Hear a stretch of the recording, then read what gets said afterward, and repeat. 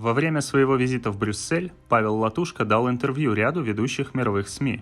Так, Financial Times опубликовала статью, посвященную ситуации в Беларуси, с комментариями одного из лидеров демократического движения Павла Латушко. Брюссель планирует усложнить для белорусских чиновников получение виз в ЕС. Это шаг, призванный наказать режим Александра Лукашенко на фоне обвинений изгнанных демсил страны в том, что блок не сделал достаточно для того, чтобы помочь их делу. Европейская комиссия заявила в среду, что частично приостановит действие соглашения о выдаче виз с Беларусью, что затруднит въезд государственных чиновников в ЕС, но не повлияет на обычных граждан.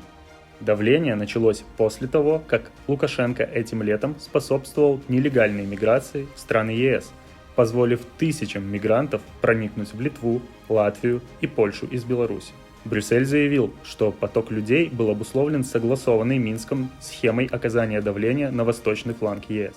Это последовало за мошенническим переизбранием Лукашенко в прошлом году, которое вызвало массовые демократические протесты в Беларуси. Демократическое движение было встречено жестокими репрессиями со стороны служб безопасности, включая массовые тюремные заключения, а также пытки и убийства.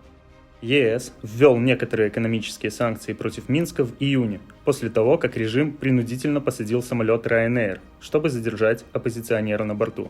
Но высокопоставленные представители демсил страны раскритиковали то, что, по их словам, реакция Брюсселя является медленной и ограниченной. Лукашенко не боится ЕС, заявил Павел Латушко, член Координационного совета оппозиции, созданного Светланой Тихановской, соперницей Лукашенко на украденных выборах. Диктатор делает 100 шагов вперед, а демократия в ответ медленно делает только один.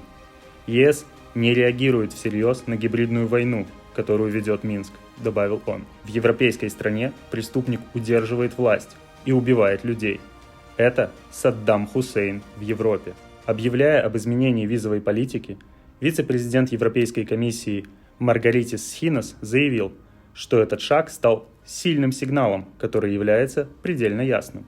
Павел Латушко, который на этой неделе встречается с высокопоставленными чиновниками ЕС в Брюсселе, чтобы потребовать дальнейших действий, высказал позицию о том, что страны ЕС должны вместо этого юридически отказаться от признания правительства Лукашенко, что ограничит его доступ к международному финансированию, такому как транш в размере $1 миллиард, предоставленный МВФ Минску в прошлом месяце. Также Павел Латушко сказал, что Брюссель должен объявить правительство Лукашенко террористическим на основе имеющихся доказательств преступлений против человечности. Предложение комиссии об ограничении виз затронет белорусских национальных и региональных правительственных чиновников и парламентариев, а также членов Конституционного и Верховного судов страны, говорится в сообщении. Это предложение требует одобрения Совета государств-членов ЕС.